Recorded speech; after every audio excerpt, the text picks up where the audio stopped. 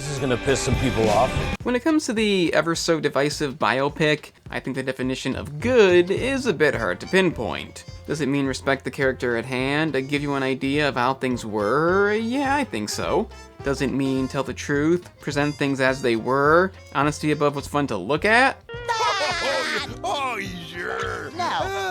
A Complete Unknown, covering the legacy of Bob Dylan, up until his controversial switch to electric music, was a movie I was highly skeptical of, as Bob Dylan is the songwriter of all time. And given James Mangold also directed the Dial of Fucking Destiny, I couldn't help but wonder if a Bob Dylan biopic was the best idea.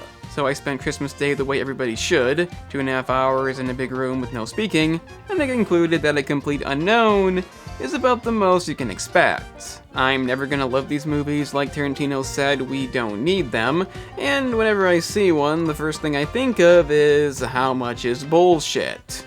His first encounter with Woody is mostly not real. Yeah, they did meet, but not in the hospital. And Pete Seeger was not present. Sure as hell was no harmonica. His first meeting with Joan Baez is kept intact, but them spending the night together during the Cuban Missile Crisis was not accurate. And the song performed at the 1963 Folk Festival was actually With God on Our Side, but Girl from the North Country is more famous. As you can guess, the fight over the set list and him walking off didn't happen.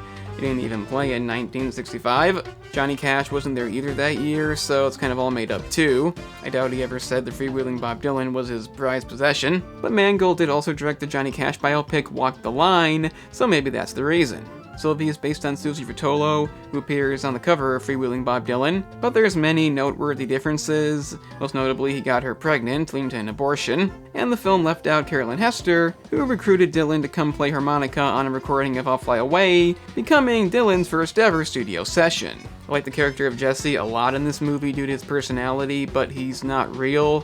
Why you'd make up fake artists, I don't know. Plenty of real ones. You have a handful of song date inaccuracies. And the finale at the film festival, the debut of Like a Rolling Stone, is only partly exaggerated. In total, it is a number of lies, but unlike something like Bohemian Rhapsody, which is awful, embellishing is kind of okay if it only makes the movie better, doesn't ruin anything, doesn't insult the character, and doesn't tell any consequential lies. Dare I say this falls into that category? Obviously you can't go by this, but no biopic allows that. But with this movie, you do get an idea of who Bob Dylan is without anything too insulting to his character. I think that's the main thing. Yeah, some events may be off, but in the end the message is kept intact. Pretty much shows the downside of being famous but in a reasonable manner. The scene when he's trying to enjoy somebody else's show but incidentally ruins it is pretty effective. And a lot of this can be attributed to Timothée Chalamet's amazing acting. I am continuing to love this guy more and more. I don't know if there's anything he can't do. And not only does he capture Dylan's iconic voice, but he sings, plays guitar, and harmonica. That's real impressive. It's so unfortunate he was completely wasted in last year's Wonka. I believe he could have portrayed a fantastic young version of Gene Wilder's character, but that's not his fault, it's the script, and getting to bring Dylan to life on the big screen is the pinnacle of I've done good. Keep in mind, there is no bad acting in this. Monica Barbaro as Joan Baez, Edward Norton as Pete Seeger, even Boyd Holbrook as Johnny Cash, something I was skeptical of because of, did do a fantastic job. I've only seen parts of Walk the Line, but I wasn't a huge fan of Cash's sound in that movie. I much prefer this. And overall, the sound is really fucking good. The effort put in to recapture what they sounded like without reusing music is about as good as it could be done.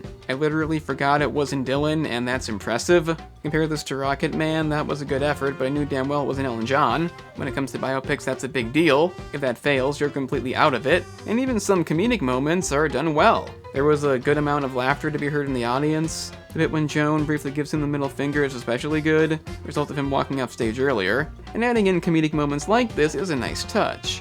I like how Joan is playing the Land of the Rising Sun song at the beginning, as Dylan did cover it on his first album. But we have to look at the one thing that makes it all worthwhile. Does this biopic play it safe? Well, kinda.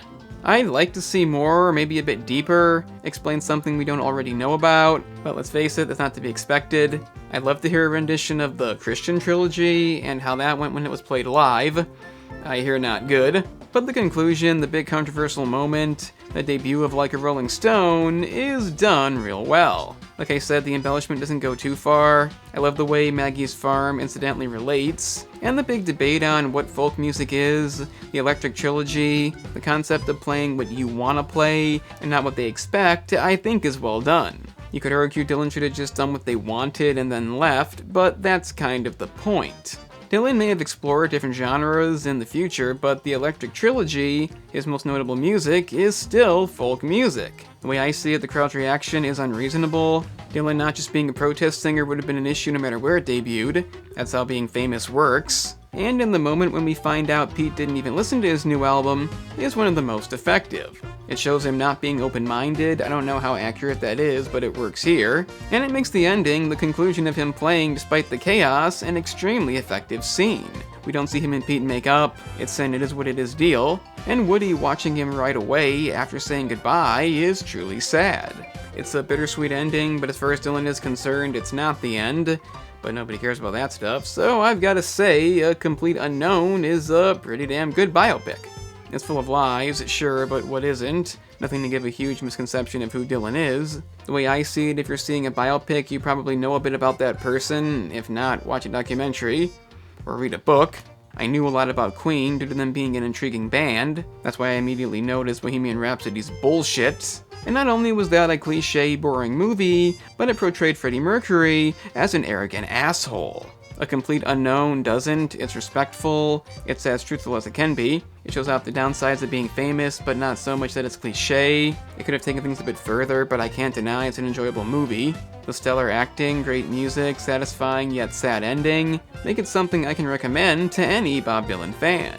I know many people don't think that for a number of reasons, but as somebody who's seen a few biopics, and a lot of fake reviews, A Complete Unknown is definitely on the higher end. So I check it out, and if you agree, hit the like button down below, and subscribe for more content like this. Sharing the video is a big deal because YouTube doesn't. It's likely the last video of this year, so please do that if you can. And the gaming channel is another option for the same content, but with games, link in the description.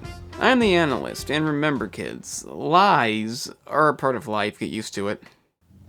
So, you've made it to the end. That's an impressive feat indeed. Since you managed that, I guess check out the gaming channel, in which I cover a variety of gaming topics, like analysis videos, such as this one. If you're into that, then press the link in the description. It's that simple.